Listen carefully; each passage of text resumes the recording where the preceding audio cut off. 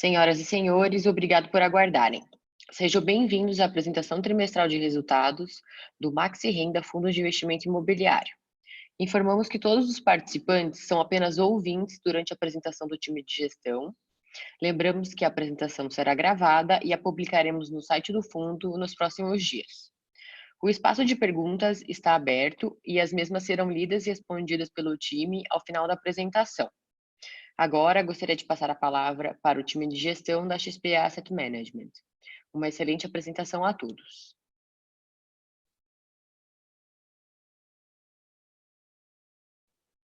Mazete, acho que o seu microfone está desligado.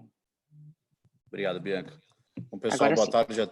boa tarde a todos. Obrigado por mais uma presença, participação na conferência do Maxi Renda. A gente vai falar aqui sobre o segundo trimestre de 2020. Estou me apresentando rapidamente para quem não me conhece. Eu sou o gestor responsável pelos fundos de crédito da XP Asset. E a ideia aqui, como eu falei, é passar aqui uns highlights, né, desse segundo trimestre de 2020. Então, seguindo aqui na apresentação, no slide 3. Tá me ouvindo aí, Bianca? Tudo em ordem? Certinho. Legal, vamos lá.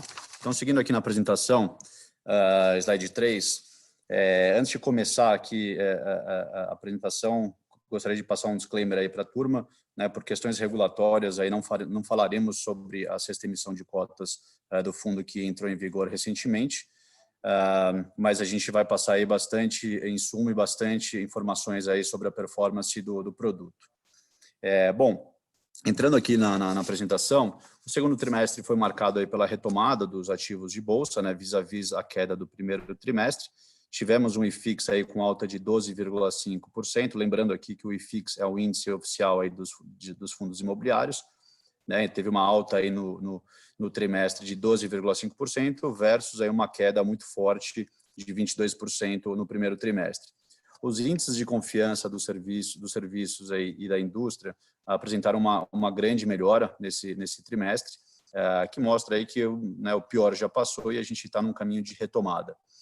Outro ponto relevante, como todo mundo já vem acompanhando, foi a redução da Selic aí no segundo trimestre, né? A gente está falando de uma redução de 1,5% no trimestre. E os impactos aí da pandemia, né? Obviamente a gente não pode deixar de mencionar, os impactos da pandemia afetou o setor de construção civil, principalmente com o adiamento dos lançamentos, dos projetos, e a gente aqui, de uma certa forma, conseguiu ficar bem tranquilo, principalmente no que tange aos nossos projetos, que são projetos de São Paulo. No que tange a obra, não tivemos nenhuma surpresa negativa, nada que impacte a paralisação de obras por força de decreto.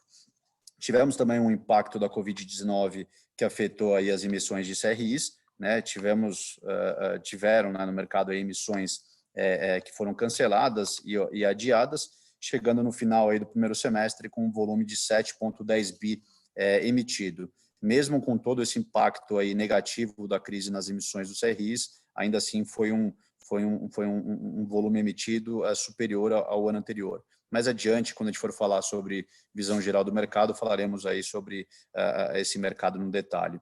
E pelo lado da gestão, né, mantivemos aí a mesma postura conservadora na alocação de crédito, com bons nomes no que tange aí a risco de crédito, risco retorno, seguindo aí o mesmo pace, aí a mesma postura que a gente já vem seguindo ao longo dos últimos meses.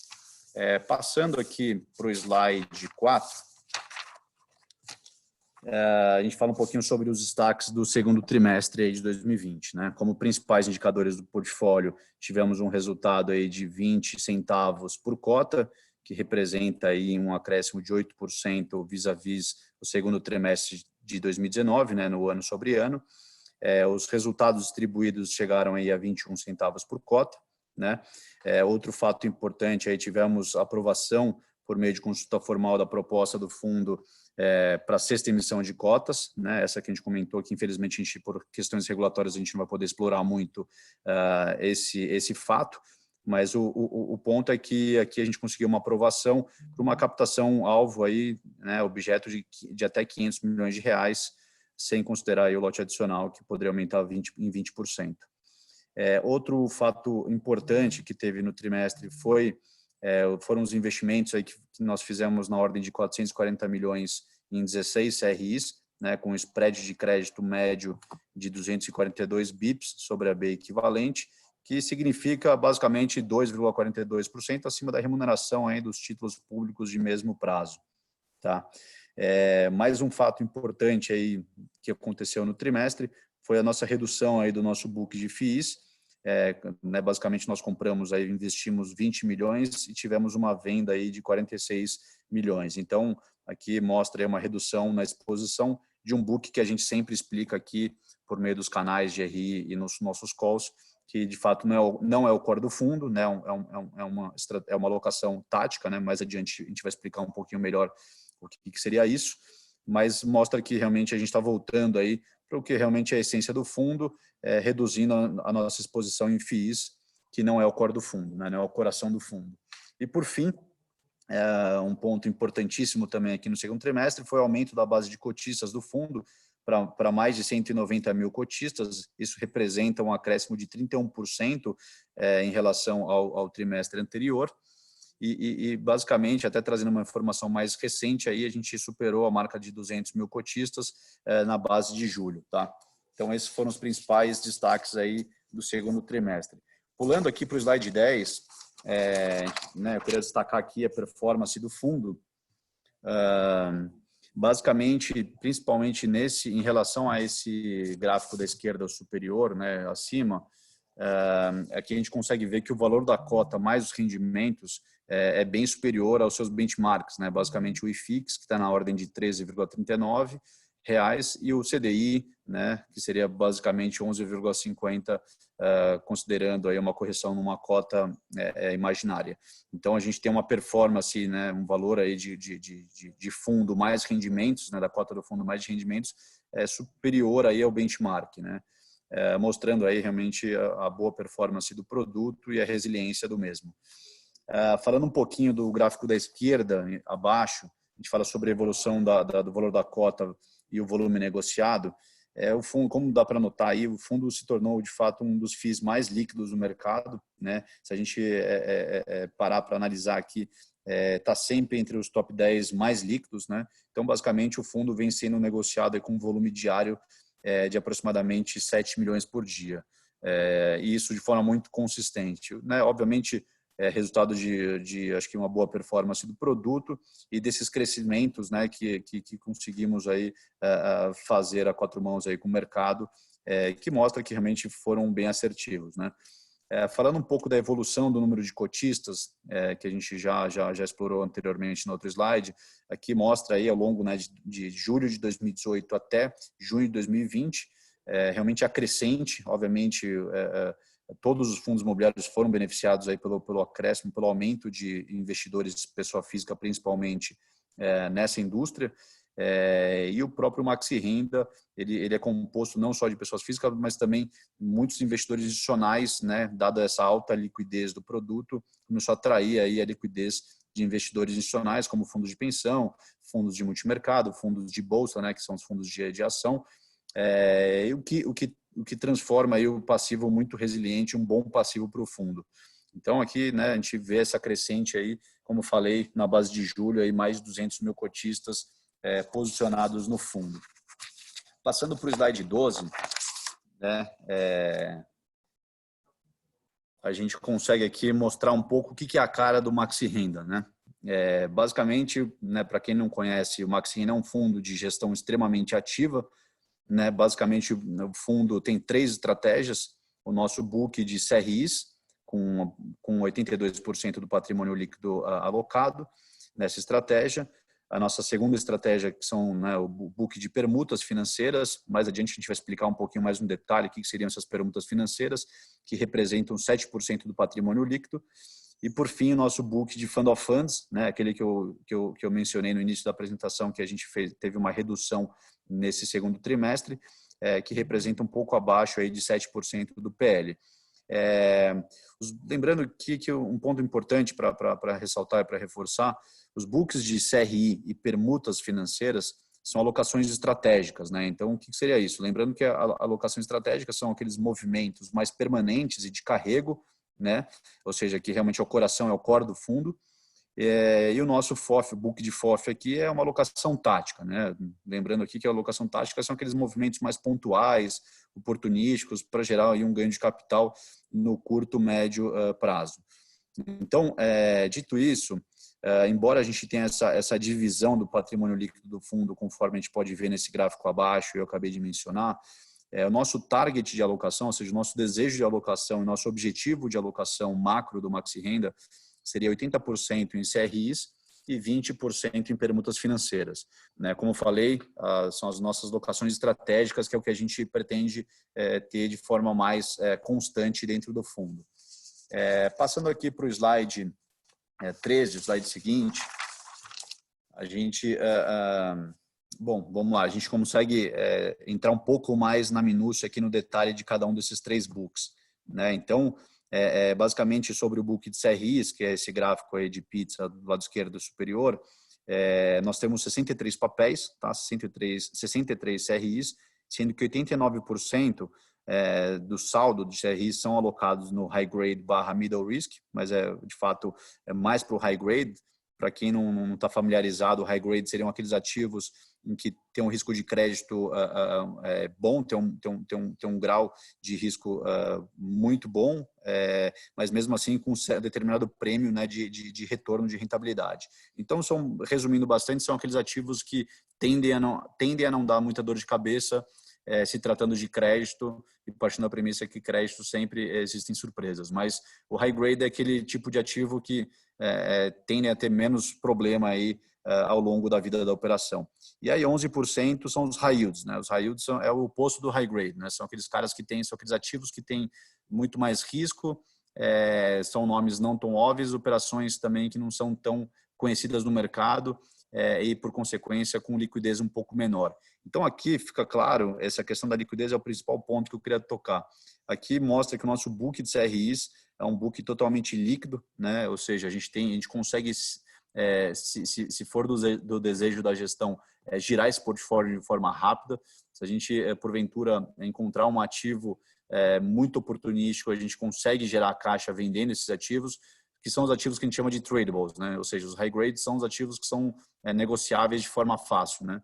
Então, tudo isso para dizer que realmente o nosso book de CRIs é de muita qualidade, tá? Mais à frente eu vou mostrar como é que a gente chegou nesse patamar de qualidade, tá? Foi ao longo de alguns anos de trabalho que a gente foi reciclando o portfólio até chegar nessa foto que eu diria que é bem interessante. Partindo aqui para o gráfico de baixo, né? Falando da segunda estratégia, que é o nosso book de permutas, né? Lembrando que é o nosso segundo core aí, coração do fundo. No book de permutas nós temos aí, como dá para ver, 10 projetos com uma agenda muito interessante de entrega de obra, tá? São todos os projetos focados em São Paulo, né? Por questões de decisão aqui da gestão, a gente entende que é um mercado mais resiliente e um mercado menos arriscado. Então, são projetos de permuta localizados em excelentes regiões e com uma agenda interessante de entrega de obra, como eu falei. Por que eu bato nessa tecla de entrega de obra? Porque é quando realmente vem um fluxo maior de dinheiro, né, desses projetos. Até para ficar um pouco mais fácil, a gente vai pular rapidinho para o slide 26, depois a gente volta para esse slide 13, para explicar um pouco como é que funciona essa dinâmica das permutas.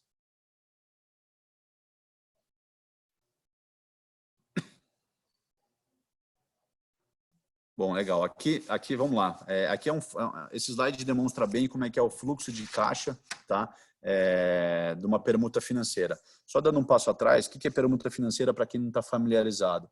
Basicamente, o Maxi Renda investe um pedaço do seu portfólio limitado até 20% do patrimônio líquido em projetos de desenvolvimento residencial, tá? De forma que o Maxi Renda se configura como um permutante, tá? Basicamente o permutante ele não está exposto a todos os riscos da incorporação, assim como um incorporador quando está construindo uma série de apartamentos, né, por meio de um edifício. Então aqui basicamente o que acontece? O Maxi Renda ele detém uma SPE que troca, uma SPE, Maxi Renda é 100% dono de uma SPE que detém um terreno e troca esse terreno por um percentual da receita do projeto. Então é como se fosse um imposto. o projeto foi vendendo algumas unidades, o Maxi Renda vai se apropriando de X% daquela receita, não daquele lucro, daquela receita. Então, o risco é muito menor em função disso. Dado esse contexto bem rápido que eu dei aqui sobre a permuta financeira, a gente entra aqui nesse slide explicando um pouco como é que é a dinâmica de fluxo de caixa. Então, nesse slide, a gente consegue ver alguns pontos importantes de referência, como o lançamento, né, da esquerda para a direita, depois início de obra, a BITS e a última barra da direita, que seria o término do projeto.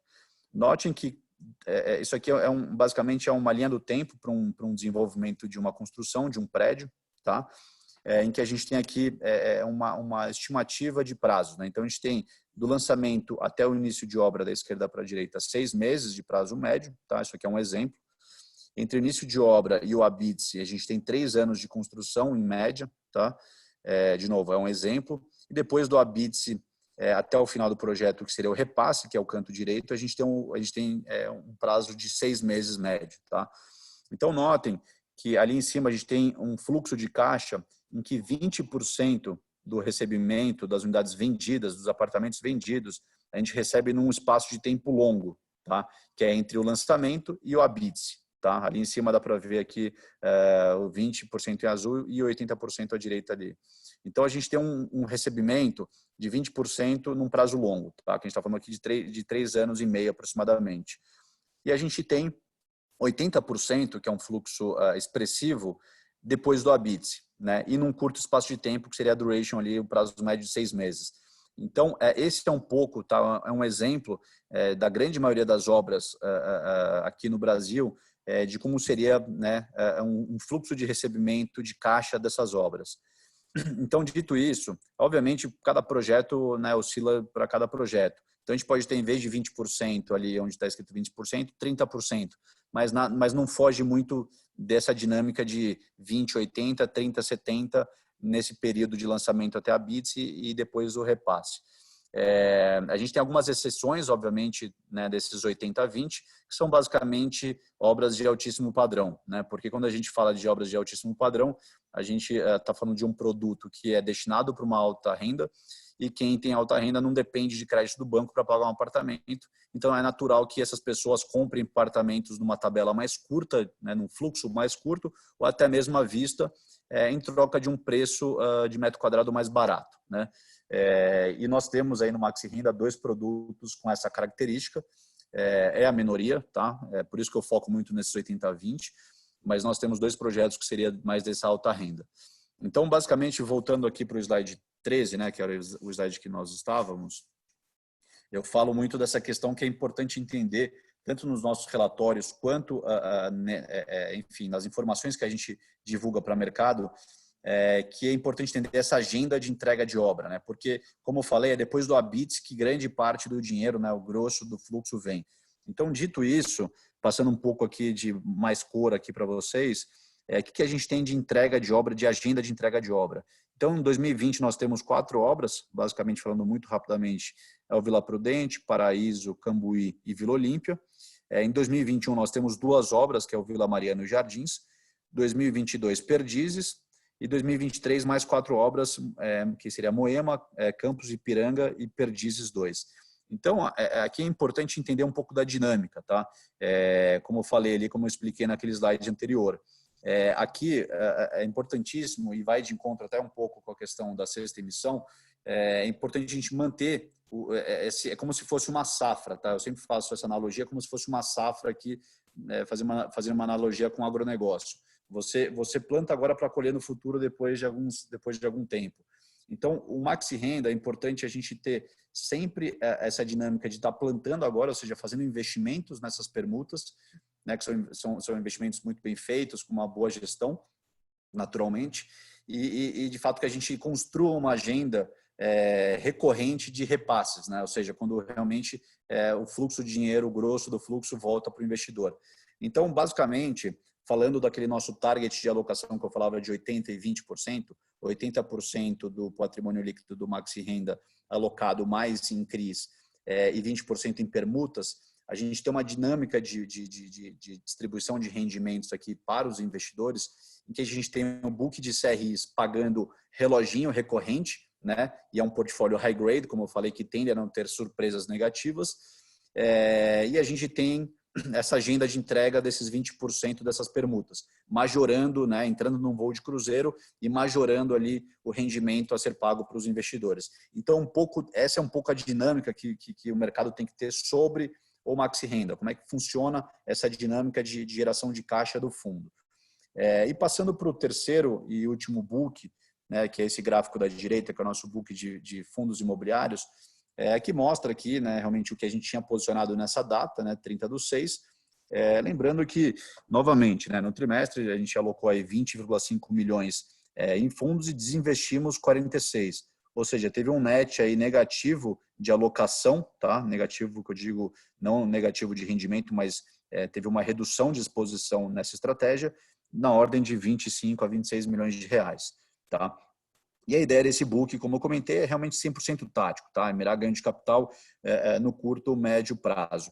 E falando um pouquinho aqui da base de fundos imobiliários que nós temos aqui no Maxi Renda, a gente tem uma exposição um pouco maior no XPCI, é um fundo da casa, né?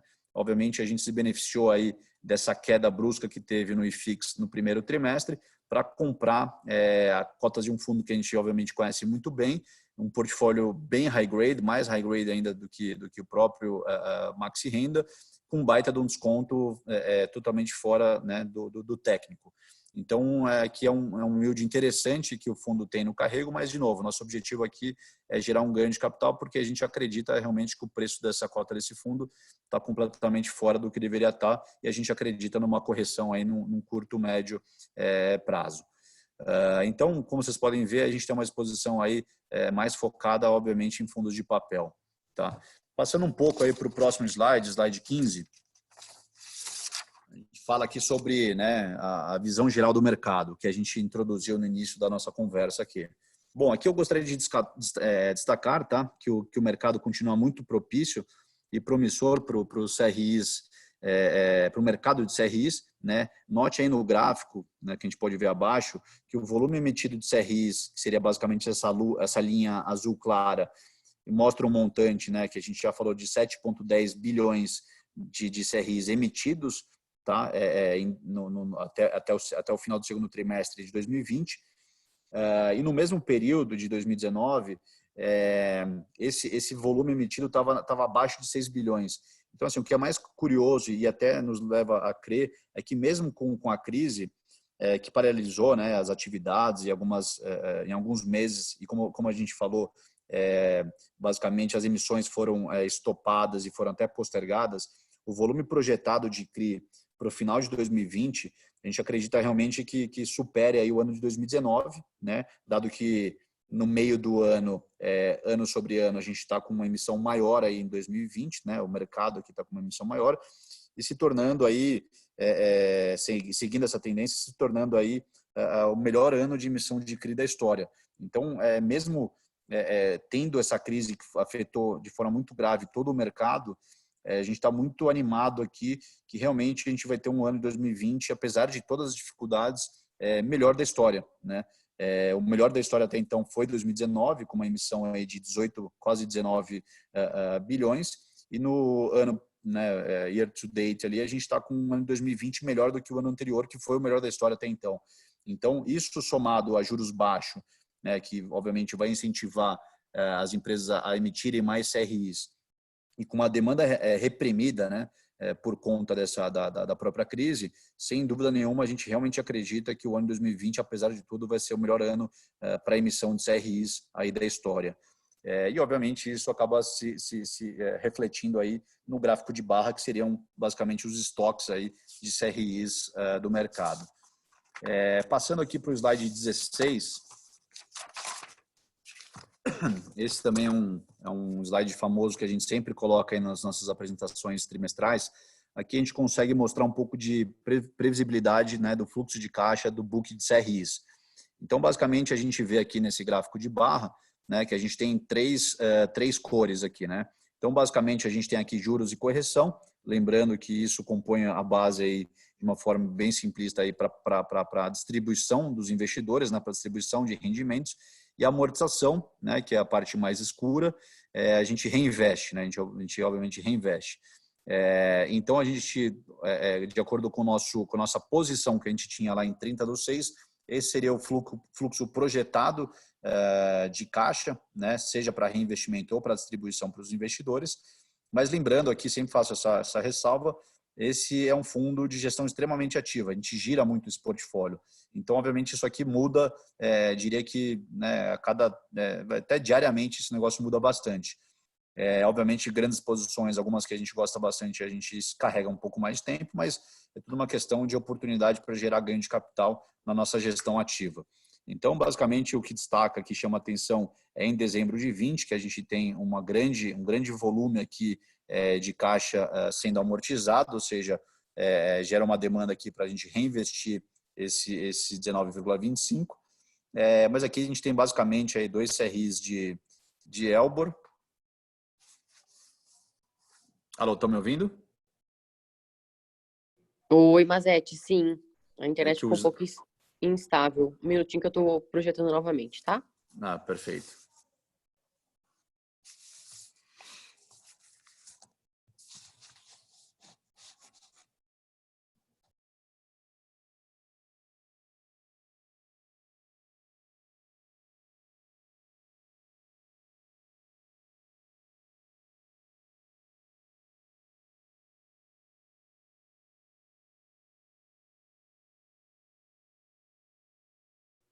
Mais um minutinho, por favor.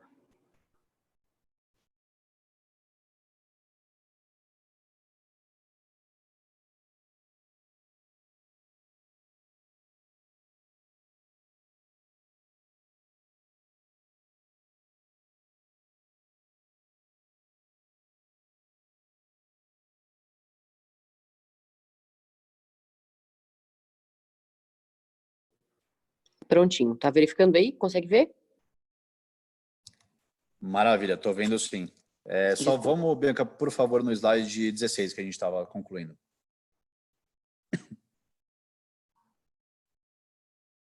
Boa, perfeito, obrigado. Então, só concluindo aqui essa questão aqui desse slide, né? A gente estava falando sobre o mês de dezembro de 20, que mostra aqui um grande volume de amortização. A gente está falando basicamente aqui o que está contribuindo para esse volume alto. Serão basicamente aqui 3 CRIs, 2 de Elbor e outro de HM Engenharia, que tem uma amortização bem forte aí nesse mês. Se a gente olhar essa tabela da direita, a gente fala aqui, né, total de CRI 63, que eu já havia mencionado anteriormente. Boa parte, obviamente, numa situação normal, né, o status de preocupação, diria aqui. E a gente tem as operações estressadas.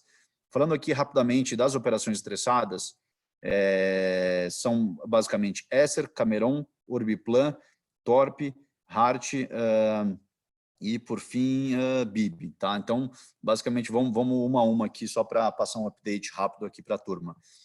Primeira operação, Esser. Né? Lembrando que Esser é basicamente um CRI com 5 garantias, tá?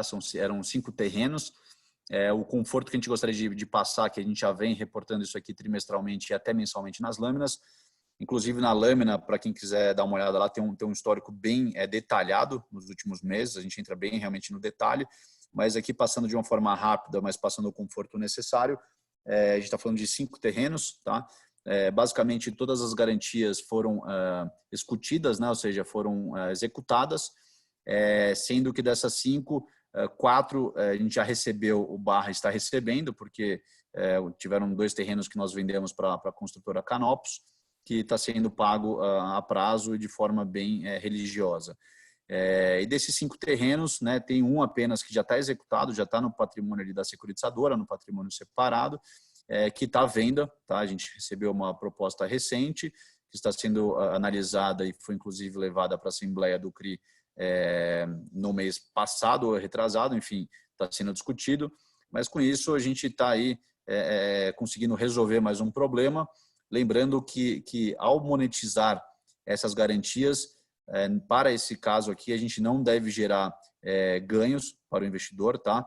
mas também não vai gerar perda. A gente realmente conseguiu fazer uma venda aqui muito próxima do que estava marcado pelo fundo, ou seja, adquirido, né? Só abrindo um parênteses aqui, o Maxi Renda foi um fundo que incorporou o Gaia, que era um outro fundo que detinha boa parte desse CRI, né? E quando teve essa incorporação, isso foi marcado, na época já tinha um estresse dessa operação, e isso foi adquirido pelo Maxi Renda no processo de incorporação pelo um preço de estresse já marcado. Então, naturalmente, conforme a gente vai monetizando essas garantias, isso não gera prejuízo para o fundo, podendo apenas gerar lucro nesse caso aqui, mas a gente prevê que vendendo esse último terreno, que ainda não foi vendido, como eu falei, é uma proposta que está na mesa, a gente, se realmente for vendido pelo preço que foi ofertado, a gente não deve gerar ganho para o fundo e nem prejuízo, vai realmente ficar bem na crava. Próximo ativo estressado, Cameron. Essa é uma operação que a gente está discutindo com outros crisistas, que são outras gestoras, para vender esse ativo. A situação aqui é muito similar a essa, tá? Vendendo aqui não deve gerar nem ganho nem perda. Pode ser que dê pouca coisa para cima ou para baixo, mas que não impacte aí na distribuição do fundo, porque seria realmente algo muito imaterial. O Urbiplan, a gente teve uma proposta de venda que não foi aprovada, mas a gente ainda continua na expectativa aqui de vender esse ativo. Lembrando que esse ativo está marcado a 0 no fundo, tá? Aqui seria uma série mezanino desse CRI, e aí a situação é de total estresse aqui nessa operação, mas a gente conseguiu até junto com outros crisistas negociar com a companhia Urbiplan, receber diversos lotes, e conforme vai recebendo, a gente vai monetizando, e no pior cenário a gente vai ficando no CRI e vai recebendo caixa ao longo da vida da operação. Reforçando aqui que a operação está marcada a 0 no mesmo critério basicamente que nós falamos aí no processo de incorporação. Torp é a quarta operação estressada, lembrando que esse CRI já saiu do Maxi Renda, a gente recebeu como dação em pagamento apartamentos, tá? São basicamente 3 imóveis, um na região do ABC em São Paulo, um imóvel comercial, e outros 2 apartamentos de alto padrão, que vai ser entregue agora em agosto, esse mês. Inclusive, a nossa engenheira foi até receber os imóveis ali na vistoria. Esse aqui é um apartamento de altíssimo padrão, próximo do Clube Pinheiros, aqui em São Paulo. E aí, basicamente, aqui vendendo os imóveis, né, monetizando, a gente também não deve oferir nenhum ganho de capital. Hart, que é um prédio em Santos, né? Todo mundo deve lembrar. Aqui a gente tem atualizações importantes, boas notícias. Nosso objetivo aqui, obviamente, como nós executamos a garantia, nosso objetivo realmente é vender o prédio. Como a gente já vem nesse objetivo junto com outros crisistas há muito tempo, tentando vender esse prédio, mas sem sucesso, né, dado que o prédio está vazio. É um prédio, só abrindo um parênteses aqui, é um prédio de excelente qualidade na cidade de Santos. Ele acaba sendo até um outlier, porque ele é um dos melhores prédios de Santos, eu diria até que é o melhor, só que numa região muito residencial. Então, esse é o desafio aí de conseguir vender esse imóvel. E a boa notícia aqui que eu mencionei é que nós locamos aí 13% do prédio, né? Então, foi um consenso aí entre os outros investidores de tentar alocar esse prédio, e depois que esse prédio estiver já ancorado no que tange a locação, aí a gente entende que é mais fácil vender esse tijolo aí ou para algum fundo de renda, já antecipo aqui que não seria nenhum fundo da casa por questões de conflito, mas ou até por algum investidor, ou enfim, pessoas interessadas, dado que o tijolo ali, o prédio é muito bom. Então, nosso objetivo é realmente avançar com essas locações. A locação foi num preço de metro quadrado que realmente é o praticado ali em Santos, tá? Algo na casa ali de R$40 o metro quadrado. Tem uma carência, né, dado que o prédio está basicamente no core and shell, né, tá no osso. Então, ali tem realmente uma demanda, tem uma carência que foi negociada de 9 meses para o locatário poder fazer as benfeitorias durante esse período de vacância. Vacância, desculpa, de obra e tudo mais. Tem conversas para a gente locar mais meio andar pelo mesmo preço, tá? Então, assim, conforme vai andando, a gente vai alocando, realmente vai ficando mais fácil de ocupar o prédio, né? E principalmente para chegar no nosso objetivo final, que é de fato a venda do imóvel. reforçando que o Max Renda não tem interesse em ficar posicionado, né, gerando renda de lajes corporativas. Não é esse o core do fundo, né, o mandato do fundo. Né? O mandato do fundo é o que eu falei no começo da nossa conversa, ou seja, bem claro, são os 3 mandatos, que é CRIs, permutas financeiras e Fund of Funds, sendo esse Fund of Funds não sendo o core, mas enfim, é algo tático que a gente poderia fazer. Então, voltando aqui, essa é a boa notícia em relação à Hart.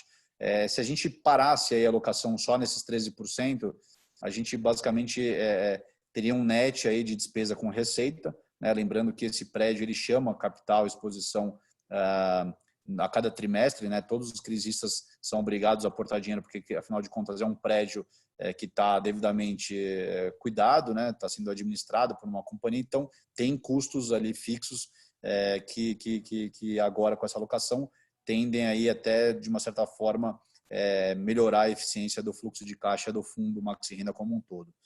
Então, e fechando aqui o último CRI problemático que nós resolvemos foi o BIB. A gente já vem informando aí nas lâminas, obviamente, mas eu reforço aqui porque é um fundo também que deu um pouquinho de dor de cabeça, mas já foi resolvido, inclusive até com geração de ganho para o investidor, que já foi distribuído aí no ano passado. Então, essas eram as operações, as atualizações em relação às operações estressadas. Passando aqui para o próximo slide 17, a gente fala aqui, eu tinha até comentado sobre o nosso flight to quality, né? Ou seja, como é que a gente chegou naquela foto do nosso book de CRIs mais high grade. Então, a gente consegue ver que ao longo, né, nessa foto aqui, ao longo de julho de 17 até junho de 20, na verdade, essa migração aqui já aconteceu até num espaço maior de tempo, mas essa foto aqui realmente mostra só 7 de julho, julho de 2017 até junho de 2020, a gente mostra aí que, né, a barra clara ali, que é o high grade, né, a gente vem priorizando, é o que a gente realmente pretende fazer. Muitas pessoas, investidores, perguntam se realmente a gente pretende tornar isso aqui 100% high grade. Diria que não, tá? Nosso foco majoritário nesse book é ter book líquido, né, um ativo líquido. A gente só vai conseguir ter ativos líquidos com ativos high grades, mas também a gente sabe que é importante ter alguns CRIs high yield, mas com muita qualidade, né? Queria high yield com bastante garantia, de forma que, caso tenha algum problema ali com o crédito, a gente consiga ser ágil na recuperação do ativo, né? Ou seja, ter mecanismos que tornam esse high yield saudável, como cobertura do fluxo de caixa sobre as PMTs e por aí vai. Então, aqui a gente, né, consegue explicar aqui que nossa carteira de CRI está com um spread de crédito de 226 bips, 254 bips, que representa aqui basicamente, aqui 2,54% acima do custo de oportunidade, que são os títulos públicos aí, basicamente livre de risco, né? Seguindo aqui para o slide 25, dando um salto aqui só para a gente falar um pouco sobre a visão geral do mercado de imobiliário residencial, né, dado o nosso segundo core ali, que são as permutas financeiras. Eu queria falar um pouquinho sobre como é que anda o mercado aí, né, do residencial, principalmente São Paulo, que é onde a gente tem a exposição no Maxi Renda. Então, né, de acordo aí com o estudo do Secov, né, que é o sindicato aí da construção, aí sindicato da habitação de São Paulo, a gente pode ver que o começo, né, do ano foi muito forte, né, como a gente inclusive reportou no nosso último call trimestral. As vendas foram muito, muito fortes, né, estava caminhando aí para o recorde histórico, né, e de fato foi, né, foi o melhor início, aí, foram os melhores meses, né, janeiro e fevereiro da história. E depois a gente teve um recuo grande aí de março a junho, mas em julho, embora, né, não esteja nesse gráfico, né, porque isso aqui está mostrando uma foto do trimestre, a gente consegue ver que a performance foi igual a de janeiro, tá? Então a gente já vê uma retomada. A gente acredita, até conversando com outros incorporadores, parceiros ou pessoas ali do meio, né, do ramo, que esse cenário de juros baixos e essa nova realidade de home office realmente puxou aí as vendas, né? Puxaram as vendas, porque a gente não sabe realmente como é que vai ser o novo normal, mas a gente sabe que essa crise vai deixar um legado. Muitas pessoas que moravam né, de aluguel em apartamentos pequenos ali próximo dos seus empregos para poder ter uma qualidade de vida melhor, né? Ou seja, não perder muito tempo no trânsito, com essa nova realidade de home office, com mais flexibilidade de horário, inclusive, a gente entende que está acontecendo um movimento em que as pessoas, os consumidores, né, desses apartamentos não precisam mais ter essa necessidade de morar perto do escritório, onde são regiões caras, né, normalmente, e a turma consegue migrar aí da residência de locação para uma residência própria, mesmo que seja em bairros mais distantes, mas prezando aí por uma qualidade de vida. Então, isso associado a juros baixos, a gente entende aí que isso deu uma impulsionada, obviamente, nessas vendas, e o mercado está muito, muito aquecido. Então, a gente espera realmente um segundo semestre aí do ano muito forte para o setor de incorporação residencial. E nesse gráfico a gente consegue verificar, né, basicamente as vendas e lançamentos, né? Obviamente a gente sempre tem uma base de lançamento superior às vendas, né? Mas a gente consegue enxergar o que eu falei aí, que é um recuo aí nas vendas a partir de março até junho, né? A gente teve 50,3 mil unidades em janeiro de 20 vendidas, 52 mil unidades em fevereiro de 20, e depois ali realmente foi um pouco mais ladeira abaixo, né, de 51 até chegando a 46, mas mesmo assim muito melhor do que se a gente pegar a base ali de junho de 2019, que é quando começa essa série histórica aqui desse slide. Então a gente vê com bons olhos aqui, o que recuou não foi tão grave quanto a gente esperava. Então realmente a gente espera aí um mercado muito, muito promissor em relação a essa indústria. Bom, basicamente, pessoal, eram essas as atualizações que a gente queria passar. A gente pode falar agora um pouco de perguntas e respostas. E aí a gente vai nessa dinâmica respondendo aqui.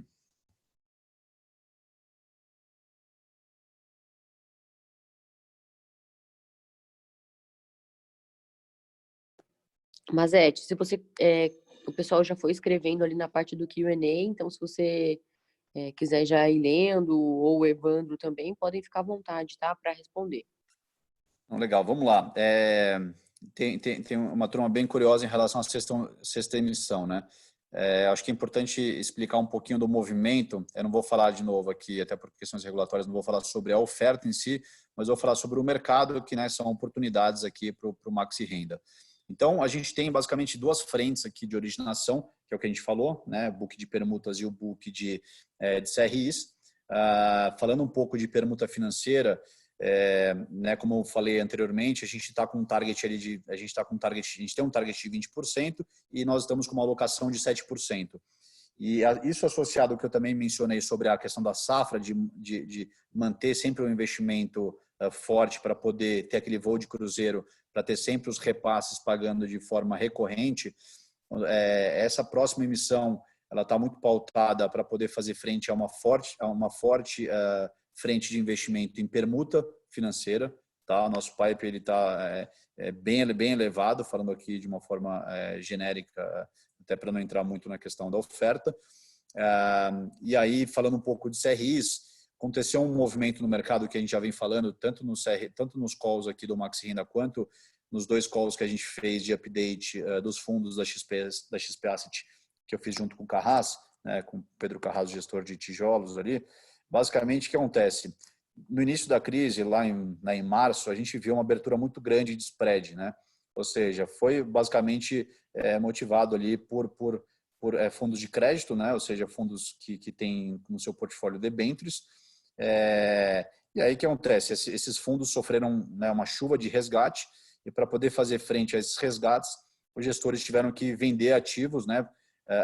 E normalmente no momento de crise você tem um problema aqui de lei de oferta e demanda, né? Obviamente o momento de crise é um momento em que as assets, enfim, os investidores botam um pouco mais o pé no freio, e aí você tem um problema para achar comprador.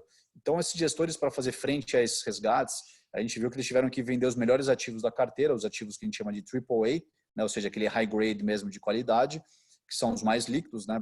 Repetindo um pouco do que eu falei bastante aqui. E aí, o que acontece? Não tinha tomador, mesmo para esses high grades. Quem deu realmente liquidez para toda essa indústria, para todos esses gestores, foram os fundos, foram os bancos privados, né?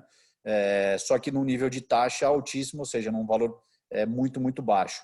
Isso gerou um impacto muito negativo nos fundos de crédito privado, de renda fixa, o que motivou mais ainda uma segunda chuva de resgate, e aí os gestores também tiveram que vender cada vez mais os melhores ativos por preços, né, cada vez mais baixos, ou seja, com taxas mais altas. E isso gerou um efeito manada de abertura de crédito, de spread de crédito muito alto. E isso, né, obviamente, como eu expliquei, foi um evento secundário, né, e esse secundário começou a afetar o mercado primário, porque nesse momento de crise, principalmente as melhores empresas, né, que já estavam com um nível de caixa adequado, acharam melhor tomar um pouco mais de dívida, mesmo que seja com um spread um pouco mais aberto, mas para ter ainda mais conforto para atravessar a crise. E ali a gente conseguiu amarrar, né, aí entrando um pouco, fazendo um gancho aqui com a nossa captação barra alocação, né, da sexta emissão, a gente se deparou com um mercado em que a gente conseguiu amarrar bons mandatos naquele momento, ali nos meses de março, abril, mandatos esses que, caso ocorra algum declínio, existem mútuas pesadas, então por isso que a gente conseguiu segurar esses mandatos até hoje, e boa parte desses recursos dessa captação seria para fazer frente a essa nova realidade de spread, né? E principalmente esses spreads que abriram bastante no meio da crise e estão amarrados. É um pouco do que a gente fala, né? Até recomendo para que façam a leitura dos nossos relatórios mensais, ter uma sessão especial sobre a sexta emissão, para explicar um pouquinho o motivo, né, as vantagens e o que a gente estava esperando de taxa para essa nova realidade. Então, é um pouco disso que eu queria deixar claro. Eu vi muitas dúvidas nesse sentido, tá? Agora eu comecei a ver bastante pergunta aqui. Vamos tentar responder todas, mas como a gente tem um tempo aqui relativamente limitado, a gente tem mais 10 minutos aproximadamente, eu gostaria de reforçar o nosso canal de RI, tá? Então, todas as dúvidas que tiverem, as que eu não consegui aqui responder, por favor, pode mandar lá para o nosso canal de RI, tá? O Maxina tem um site que é o www.xpasset.com.br/maxirenda. Então, lá tem um espaço para perguntas e respostas. Pode perguntar lá à vontade, que a gente promete que responde muito rápido. A gente tem esse costume de responder realmente muito rápido. Então, vamos lá. Deixa eu ver a próxima pergunta aqui. Bom, tem gente perguntando se existe a possibilidade de aumentar a estratégia aí do CRIs High Yield. E se houver, qual seria, quantos por cento? Vamos lá, a gente falou um pouquinho sobre isso. Nosso book de CRI ele é realmente mais voltado para o high grade, mas não precisa ter aquela preocupação de associar high grade à ausência de taxa. A gente está falando de basicamente ativos que tem um high grade barra middle risk, né? Ou seja, não é o cara extremamente um Petrobras, um Vale, a gente não está falando desse nível de crédito, tá? E pode ter certeza que se a gente colocar algum ativo desse na carteira, vai ter alguma jogada para poder ter uma gordura de taxa. Até porque, só um parênteses aqui, a nossa originação dentro da XP Asset é muito forte. Então, isso permite com que a gente faça uma originação diretamente na empresa do crédito. Isso reflete em mais taxa para o papel, porque não tem intermediários, né, como bancos de investimento, áreas de mercado de capitais dos bancos aí, mostrando deals para a gente, né, e são deals que são acompanhados de taxas aí caras para pagar todo o salário dessa turma, sendo bem direto. Então, mas aqui a gente pretende colocar assim um pouco de high yield, mas assim tem que ser um high yield de muita qualidade. E aí, fazendo até um gancho com o que eu acabei de falar desse pitch da captação, a gente está conseguindo originar bons ativos em que não precisa tomar tanto risco, mas é uma nova realidade de spread de crédito. Então, você consegue ter uma boa relação risco-retorno. Vamos lá. O fundo pretende começar a participação de imóveis no estado do Rio de Janeiro. Bom, entendo aqui que seja em relação às permutas, né? De fato, o nosso objetivo aqui é mais São Paulo, tá? Foi até por uma questão quando a gente implementou essa estratégia de permuta financeira na XP, a gente começou, até porque foi numa época pós-impeachment ali da Dilma, quando o mercado começou a ensaiar uma recuperação, e de fato teve realmente uma recuperação de lá para cá, e a gente começou a focar nas cidades mais óbvias, né? E aí começamos por São Paulo. Então, a gente não descarta outras regiões do Brasil, desde que sejam regiões bem, como eu falei, não sejam regiões exóticas, né? Seja algo muito óbvio. Rio de Janeiro é uma cidade que sofreu bastante para fazer permuta financeira, mas eu não descarto porque a gente vê, acompanha o mercado e tem regiões que são bem diferenciadas. Eu diria que é um nicho. Então, são regiões que a gente consegue extrair, ter uma performance boa de vendas, fazer um projeto em parceria com uma boa incorporadora e aí ter um sucesso nessa estratégia de permuta financeira, mesmo sendo no Rio de Janeiro. Tá? Vamos lá, próxima pergunta. Por que uma posição tão alta no XPCI? Existe um plano para liquidá-los? Acho que eu falei também um pouquinho sobre isso ao longo da apresentação. De fato, a posição foi, a gente foi, conforme a cota foi caindo, a gente foi comprando o XPCI por preço muito descontado. Nosso custo hoje é baixíssimo no XPCI, só que ele chegou num patamar cada vez mais absurdo na nossa visão, tá? Então, cada vez mais o custo estava cada vez melhorando e a gente foi aumentando, obviamente, e é um portfólio muito high grade, pagando um carrego interessante. Nosso objetivo é sim liquidá-lo, tá? Como eu falei, todo o nosso book de Fund of Funds, nosso objetivo não é carregar, é uma estratégia tática, como eu falei, ou seja, a gente mira um ganho de capital no médio longo prazo, ou seja, ganho de capital vendendo o ativo. Então, mesmo tendo um carrego muito interessante e tendo uma sinergia com o business do Maxi Renda, dado que é crédito, é CRI, a gente vê sim como ideia vender assim que a cota começar a ser corrigida.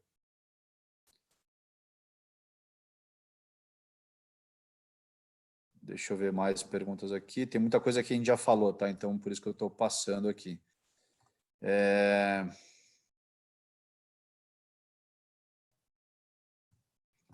Tem uma pergunta legal aqui de um investidor. Falando que cerca de 35% da posição do CRI é uma taxa ao redor de CDI mais 1,5, né? Entre parênteses aqui, o investidor não falou isso, vocês estão vendo aí, mas fazendo aqui uma certa crítica, falando que é um spread baixo. Enfim, e aí perguntando aqui o que é, né, que faz sentido, por que é tão baixo e tal. Acho que é um ponto importante, até agradeço aqui a pergunta. Quando a gente coloca nos nossos relatórios qual que é o spread de crédito, qual que é o carrego, né, qual que é a taxa de emissão desses papéis, deixar bem claro aqui o seguinte: a taxa é aquela taxa que está realmente estampada no CRI, mas aquilo não significa que foi o preço que nós adquirimos o ativo. Então, tem duas formas do fundo estar carregando uma taxa mais gorda, né, uma taxa maior do que está lá estampada no CRI, que está, por consequência, estampada no relatório, que é basicamente o seguinte: quando a gente faz uma originação dentro da própria casa, dentro da própria gestora, muitas vezes a gente faz um preço de emissão de X, vamos supor, vai CDI mais 3, só que a gente adquire esse ativo com deságio, porque a gente mesmo fez essa originação. Então, a gente estampa lá um CDI mais 3 e, na verdade, está carregando um negócio que é CDI mais 3,5. Por que a gente faz isso? Isso facilita, sendo bem transparente aqui com todos, isso facilita bastante a comercialização do ativo quando você vende isso na curva, né? Só que nesse exemplo que eu dei, quando a gente está vendendo na curva, a gente também está gerando um ganho de capital para o fundo. Então, isso é uma forma intrínseca de gerar um ganho de capital importantíssimo para o fundo. A gente faz bastante isso, tá? Um outro ponto aqui que a gente também acaba adquirindo no próprio mercado secundário. Então, quando você compra um papel no mercado secundário, muitas vezes a gente acaba comprando até com desconto, né, com deságio, e o nosso carrego ele é superior ao que está estampado na taxa do CRI. Então, o que a gente fala, a gente até tenta em alguns relatórios mostrar realmente qual que é o nosso spread global da carteira de crédito. Eu acho que se vocês têm interesse de entender o que é o spread de crédito da nossa carteira de CRI, é mais fácil pegar essa informação que a gente passa para vocês e não tanto olhar ativo a ativo na lâmina, tá? Então, agradeço a pergunta aí, que foi muito boa.